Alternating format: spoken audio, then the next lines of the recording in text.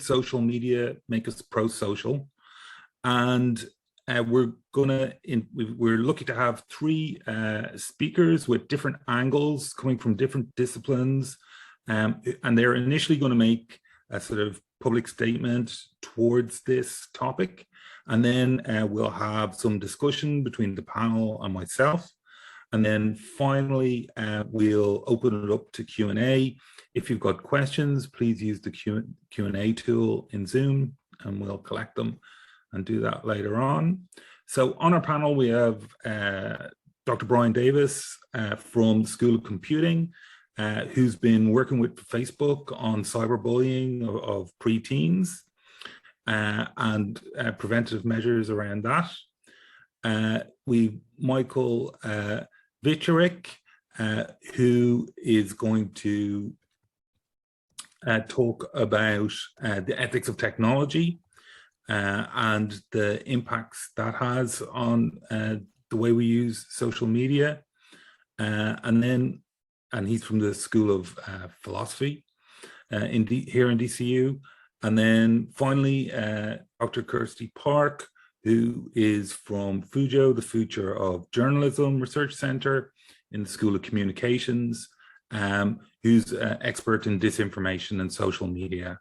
And she'll be talking about engagement and how we engage. So really interesting discussion.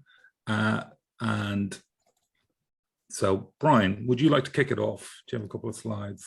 I do. I have just some if we can put so we can see your screen, just need to go to sharing to full screen. Yeah, perfect. Oh no, we don't want that. We want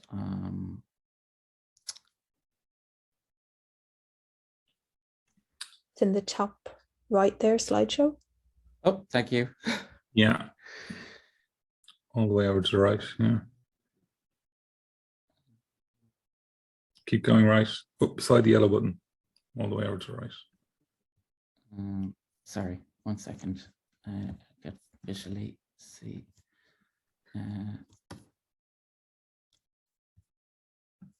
Yeah, it's not a normal menu item. There you go. Okay, so these are just some brief slides. Apologies for that. They're just basically some slides to kind of promote some thinking.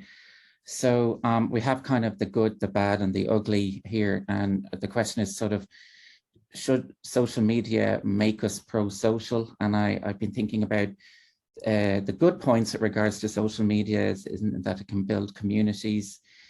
We've seen that especially during COVID. I'm sure we've all seen sort of some humorous jokes, that humor is sort of a very healthy mechanism in times of stress. We've seen that on our WhatsApp groups. It's helped us to stay connected and support one another. We've also seen examples of social media being used to help to assist in fighting crime. The obvious one is advocacy, promoting social change, rapid news sharing. It's educational value. It's good for promoting business. It's good for online business, reputation and brand loyalty. And this is especially good for small businesses because it's cost effective. So we have sort of the bad and the ugly, where we've seen about fake news and dis or misinformation, especially around COVID. It does impact on our emotional intelligence. It decreases face-to-face communication.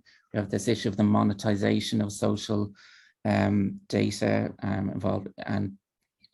involving big tech and the targeting and profiling of users online for commercial needs. And it has been shown it is increased social isolation, impacts on mental health, cybercrime. It just as it can create reputations, it can destroy reputations.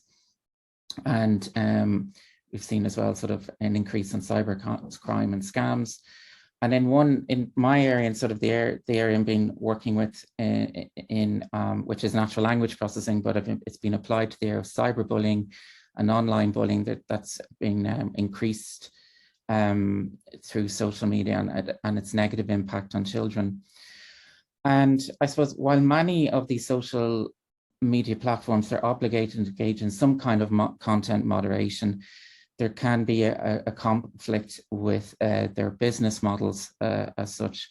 And I see in particular with the work that I'm doing in the Facebook content policy grant with regards to where we're looking at the user requirements of children and around AI being used in content moderation of social media. And when I say content moderation, I mean interventions of cyberbullying. Really, the reason this project was funded is because, well, children and preteens and teens haven't really been asked what they feel or think, or whether they would like, what they feel or think about AI intervening in an incident of cyberbullying, and whether they would like it. And really, this project is around gathering user requirements, and it's pretty much the result of a tendency in AI by AI researchers and data scientists to attempt to sometimes map very complex, nuanced problems like cyberbullying and bullying, which have very subjective and contextual factors, to try and map them into simple classification problems that are either true or false. And so we have sort of machine learning solutions or classification solutions being applied to a problem and changing the problem, and then the solution doesn't necessarily map back to the real world with regards to an intervention for cyberbullying with preteens and teens. And so I bring you to the slide here on ethical design. And ethical design involves questioning how ethical the AI development work, both with respect to its process and its outcome is. And so the ethical outcomes are achieved by following a process which is aligned to some sort of ethical framework or ethical values. And it is happening certainly in research, in academic research in my area, natural language processing, and it is happening in the private sector. It is being sort of a tendency to be bolted on after the AI horse has left the proverbial social media barn, and regulation is certainly helping. The General Data Protection Directive is assisting her, and also the forthcoming legal framework at the EU level for AI to address fundamental rights. And these are helping, but there's a lot more that we can do.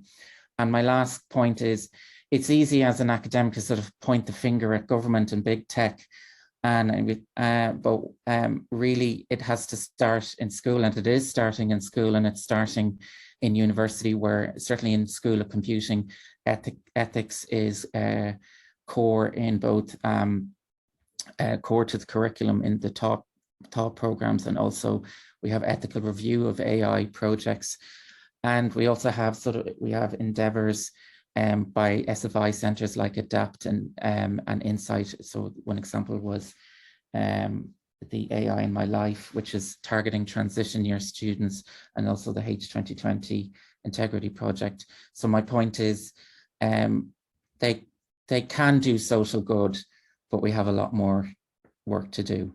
So. Thanks very much.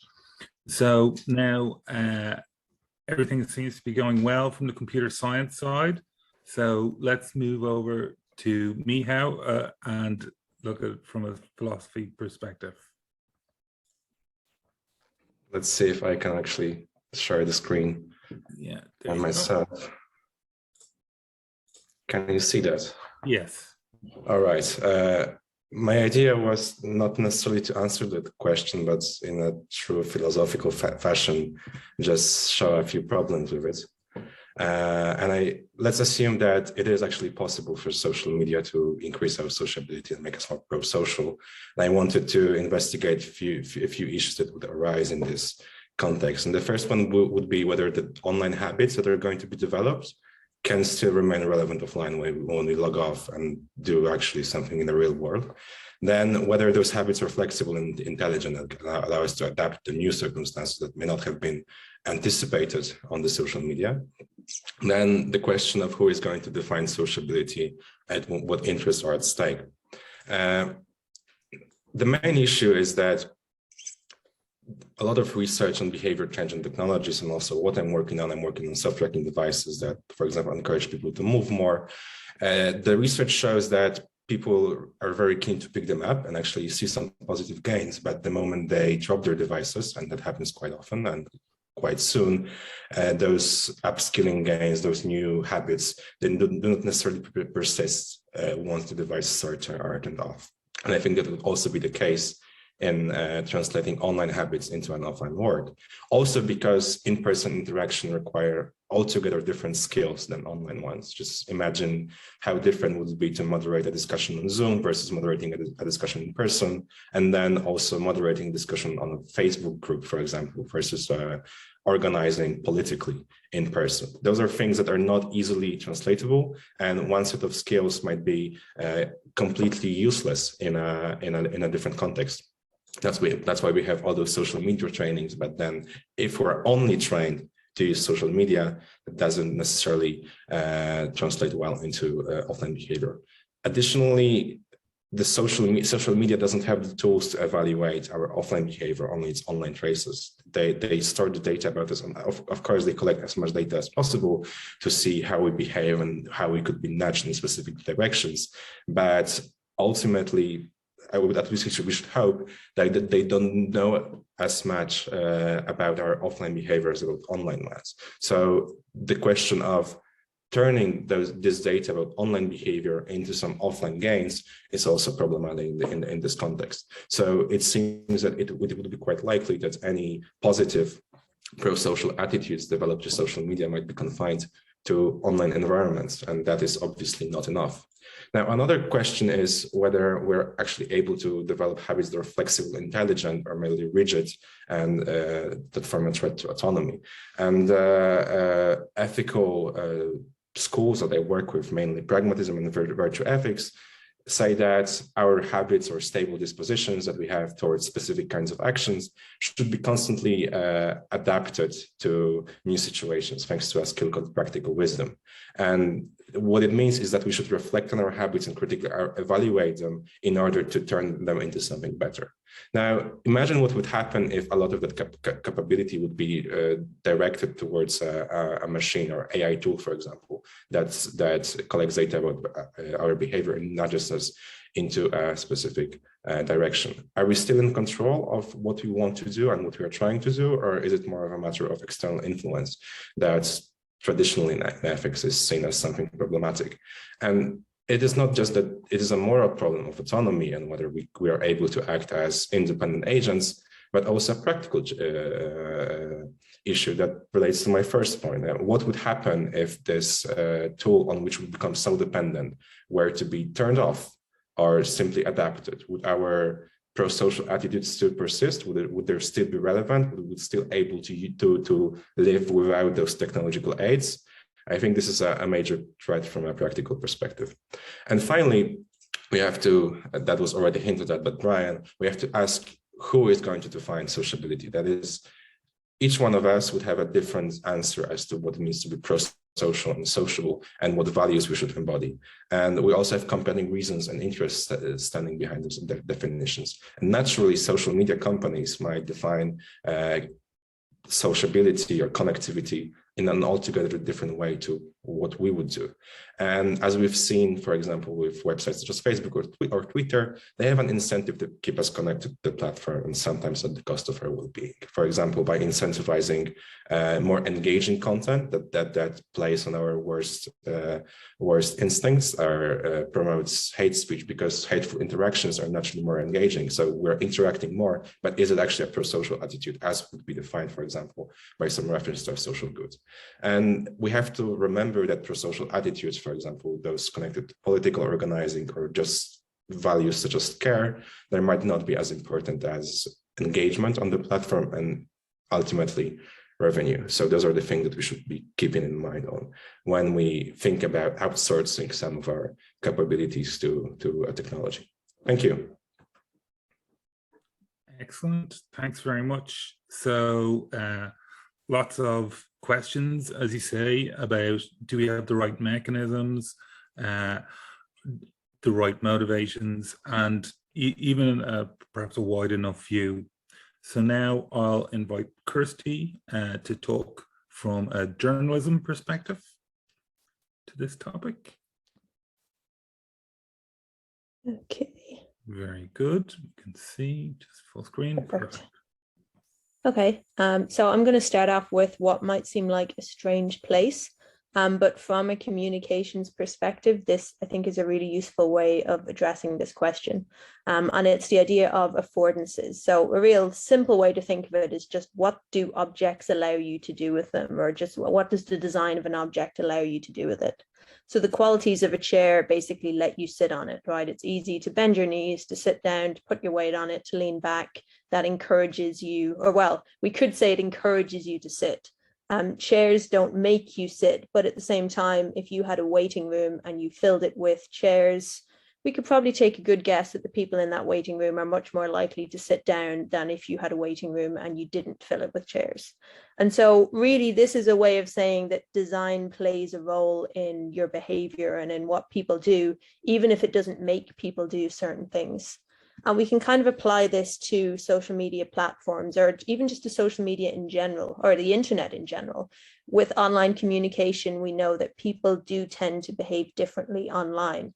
Now, this isn't in all areas, right? We can think of something like trolling or online hate or abuse. This is the kind of thing that often comes up, is things like being able to be anonymous, having a lack of physical cues. The fact that if you're saying something nasty to somebody on a social media platform where they don't know you, you can just send it and forget about it. You maybe feel like it's not really you, it's just this sort of online persona that you have.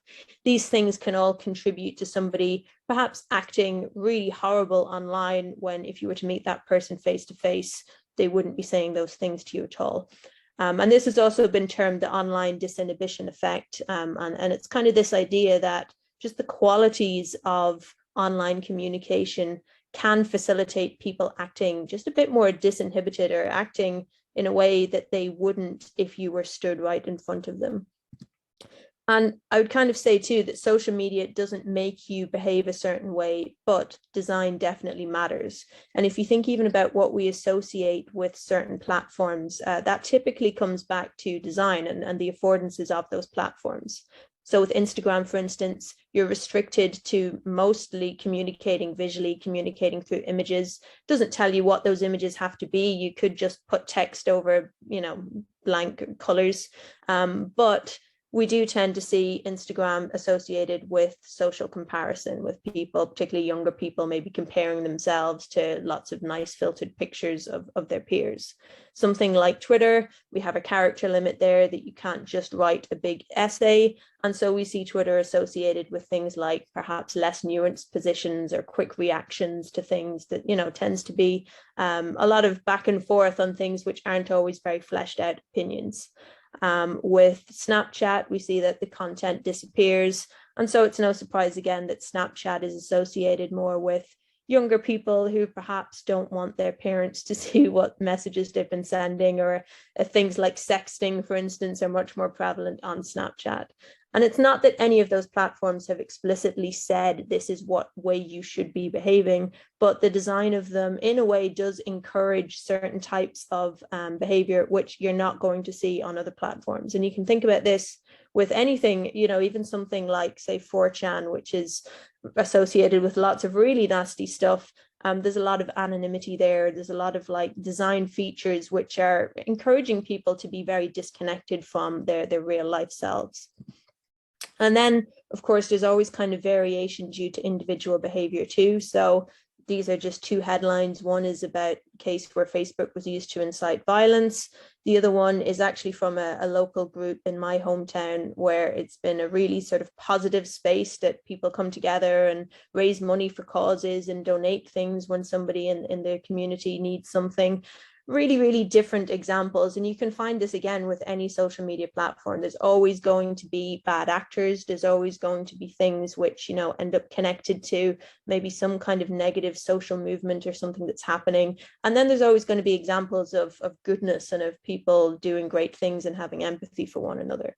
And so I guess what I'm saying is social media doesn't make us do anything, but the affordances of both online communication and of various platforms can encourage or discourage certain types of behavior.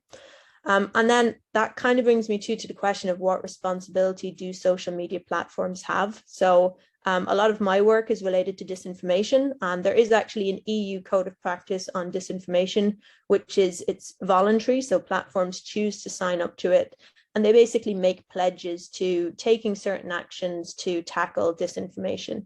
And I've been part of some of the evaluations of those efforts. And let's just say generally they're not getting a very great grade, right? They're doing some things, but what we kind of see again and again is that they're not really doing enough. Even sometimes what they're saying they're doing, when we actually check and look, we're going, actually, you're not doing it very well, particularly considering how much money you're making, how much resources you have here. This doesn't seem like a great effort. And so it kind of does come to this too of, is there a responsibility there for social media platforms themselves to be doing more to ensure that harms aren't happening on their platforms? And if I was to take the question as a whole, should social media make us pro-social? My position would be less about does it make us do something, and more that social media platforms should do more to encourage pro-social behavior and to discourage online harms. Excellent, and a summary at the end. Perfect. So we can see the different perspectives on this really important part of all our lives, and I'm glad to see people are already using the questions tool. We'll get to them in a few minutes. So I'd just like to ask first a few cross-cutting questions of the panel. So maybe starting with you, Brian. So you say that we're advancing in terms of the platforms, whereas we've seen the opportunity from Kirsty and the questions from Michal about what's really happening. And so I'd like to ask you, so can social media that's so much based on the individual and individualism and scoring and rating and all those things really improve collectivism or these pro-social behaviors? Okay, that's a good question. Like,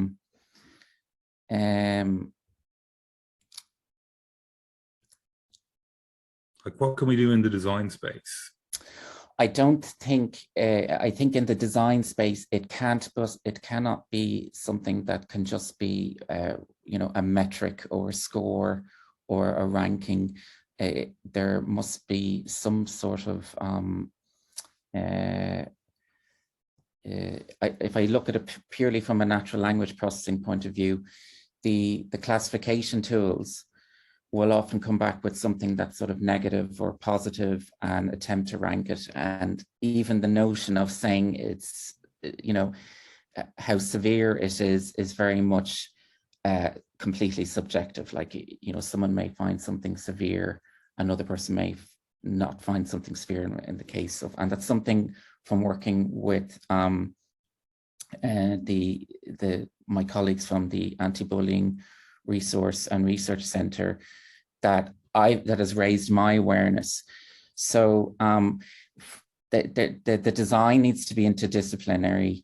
So the AI researcher needs to be working with someone from the social science space, from the educational space, from the very beginning, and to recognize that it's just whatever intervention that is made or classification. And I'll just say from the text point of view, whether something is bullying or whatever type of bullying, it's just one component in a more holistic intervention.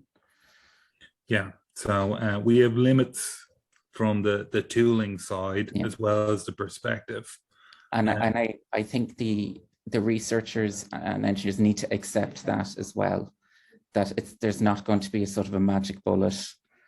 And there's a tendency as an engineer to think like that. Yeah. Michal, do you want to add to that question about the importance of individuals versus collective? Can we make progress?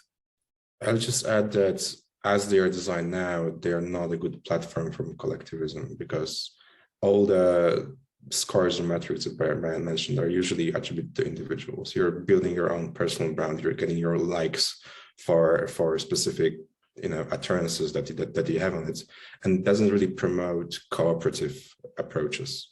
And I think this is a major obstacle. I have no idea how such tool could be designed to promote actually cooperative discussion, consensual kind of decision making. But what we have is definitely not the case. And it's also ultimately problematic when those metrics that we have, they are all often framed as a absolute representation of reality, not just a single perspective, but rather exhaustive descriptions. Yeah, that's kind of what I meant by the limitations of tools, that really these computer-based systems, they tend to work best in absolutes, and that magnifies a lot of things and blurs the complexity of the real world. Kirsty, so following on from that idea of individual versus collective, Brian mentioned that interdisciplinarity is key to solving this. Would you agree? Yeah, 100%, definitely. And I think, what we've seen too is a lot of these things are very unintended. Like there's a lot of unintended consequences that we're seeing. Something like Facebook, I mean, that started off as ranking who was hot or not in Harvard, where it's come from there is pretty astounding. And I think what we've kind of seen is that there can be really subtle effects and impacts from even just small design things on social media. So something like, when Twitter introduced a little label basically saying to you, have you read this article before you retweeted it? That actually made a big difference in certain types of disinformation. And that's just a very small tweak. There's also been things like if people use the I voted sticker on an election day, their friends are actually more likely to vote. And these are things that I think require basically investigation, that when we see these problems associated with social media, that we kind of do have to do a bit of a deeper dive and say, well, what's actually going on there? Why is this problem associated with a certain platform?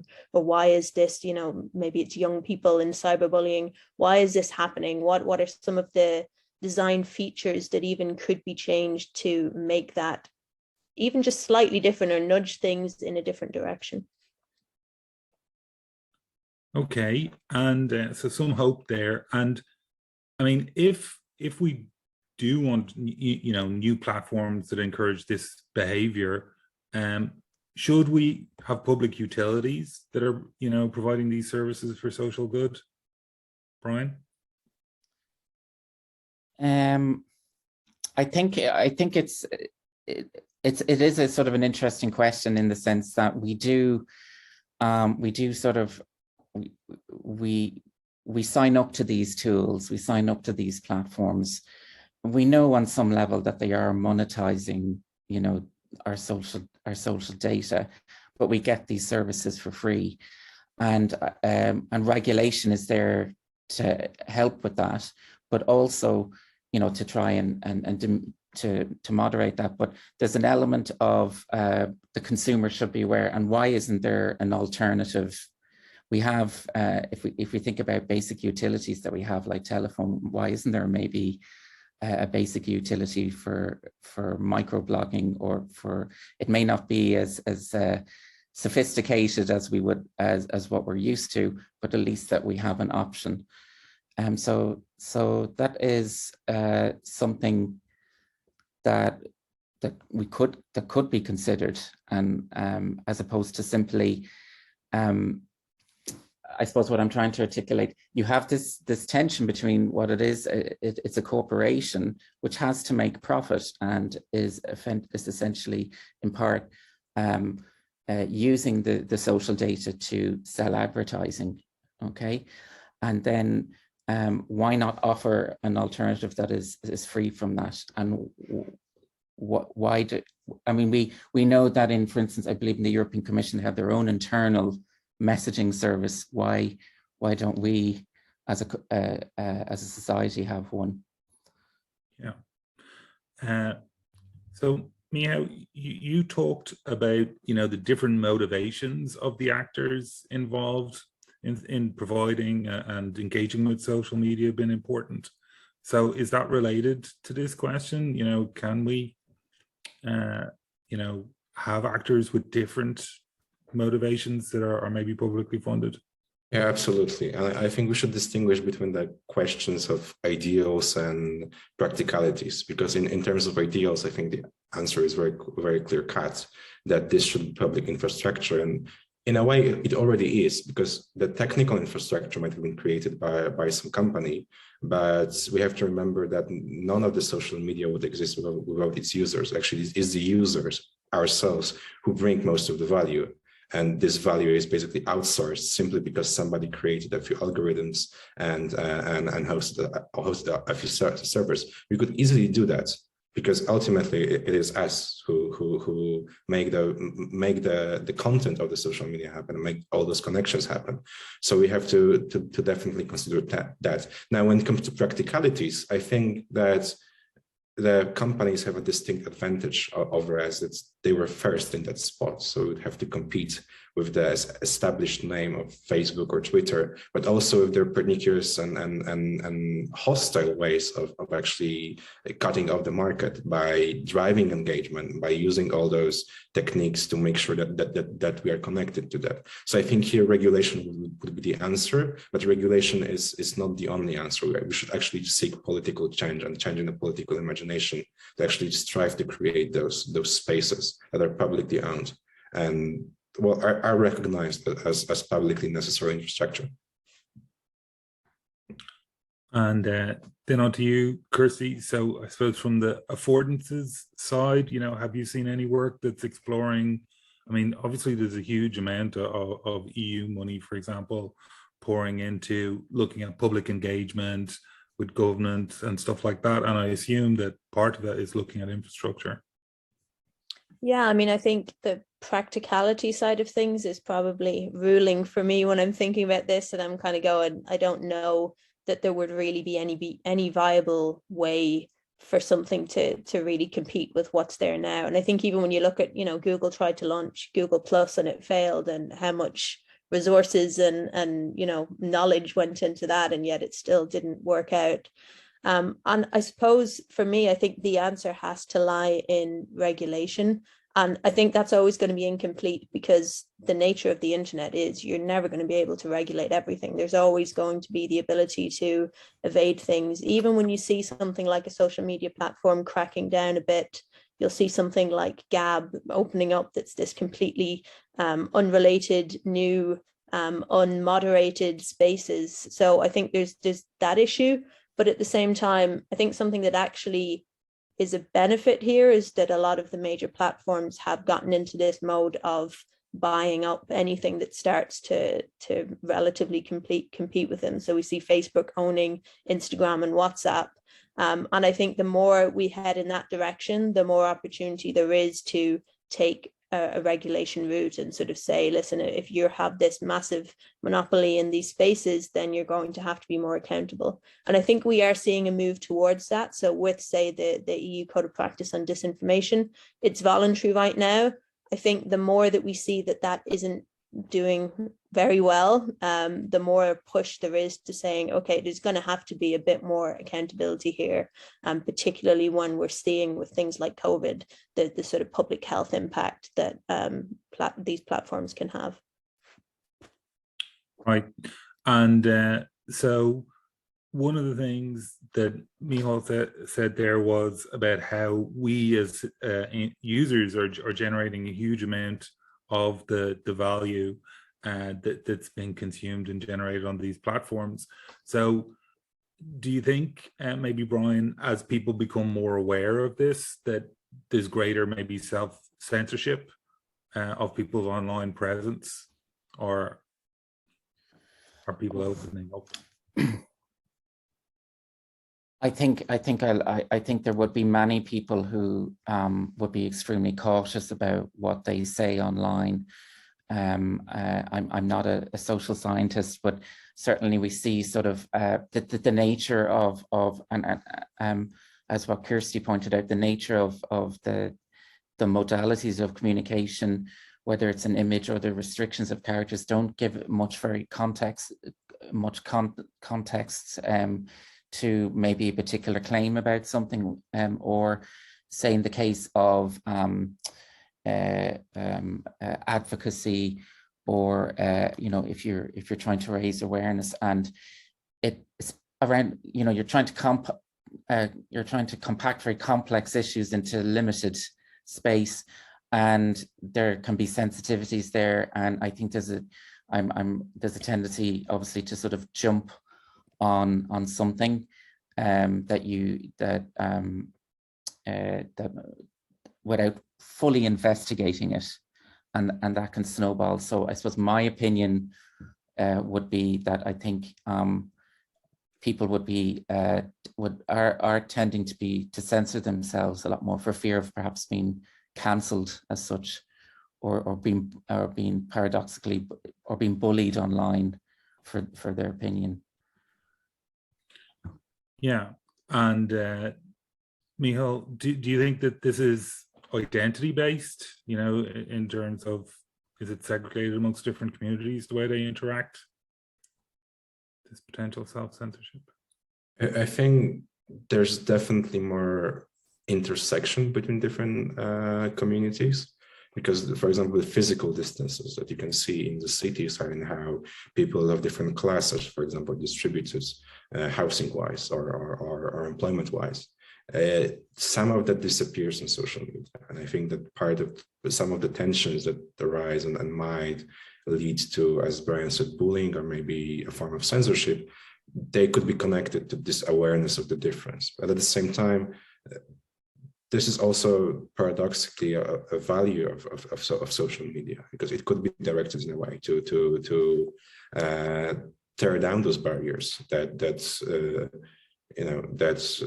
erase communication normally. And anonymity could also be helpful in that, because, well, there is no that much incentive to self-censor when you're anonymous. And of course, Kirsty mentioned that could lead to websites like 4chan playing on people's worst instincts. But then also anonymity can be a great leveler of social differences in places where those social differences are an obstacle. And we could embrace that. And the early years of the internet and web chats and chat rooms showed us that people actually engaged with others whom they would have never met in real life. And I think that this is where the value could be found. Right. And so one thing that Brian mentioned, and it's sort of coming up in some of the comments as well, is the idea that, maybe there hasn't been great technical solutions to the disinformation online and how people interact with it. That's something you're directly working on, isn't it? And do you think that intersects with this idea of, well, if you can't trust everything, how much should you reveal? Yeah, I mean, I think so. I think as well, there can also be pro-social motivations in misinformation and disinformation. Like if you think of somebody sharing a conspiracy theory that's really outlandish, but is about protecting children, or something along those lines, there could actually be reasonable motivations to them that they think they're sharing something that's helping people, or that's causing less harm.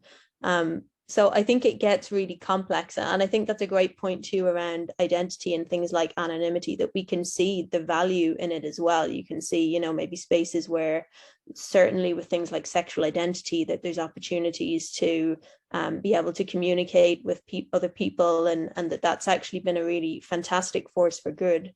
So I think it's this really kind of complex arena, and I think what we're seeing is that the technology, that I think there's been too much focus on technology, really, and too much focus on technological answers, that if we just tweak the algorithm enough, then we're going to get the solution to misinformation. And really, it's just so much more complex than that. And there are sort of the design elements, there are the just individual, how we behave and the things that we do. And sometimes it's even, we can be susceptible to disinformation because we're just tired and we haven't been concentrating very much when we were reading something, so there's so many different factors that go into it. And I don't know what the solution that I'm saying there is, but I guess really that it has to be that kind of multidisciplinary look at what's going on and why, and tackling it from multiple different perspectives. If you just go for let's regulate platforms, or if you just go for let's promote better alternatives, you know, I think there's a whole host of things, even down to things like media literacy, to help people better face or better deal with it when they encounter things like disinformation. So I think there has to be really just a focus on many different solutions to overall encourage better behavior online. Great, thanks very much. Okay, so now I'm going to just turn to some questions from our audience. Maybe shout or put your hand up if you feel you have a burning desire to answer. So the first one is, do you think the emergence of social media as a dominant communication medium has led to an atomization of information? So we're just looking at bits and pieces instead of looking at the whole picture. Brian nodding. Yeah, I would agree with that. I would agree that just from just looking at the just within the context of the cyberbullying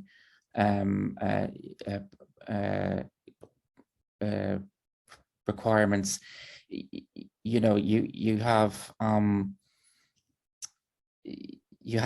as I said before, you have the limitation of the short messages. You have the different language being used.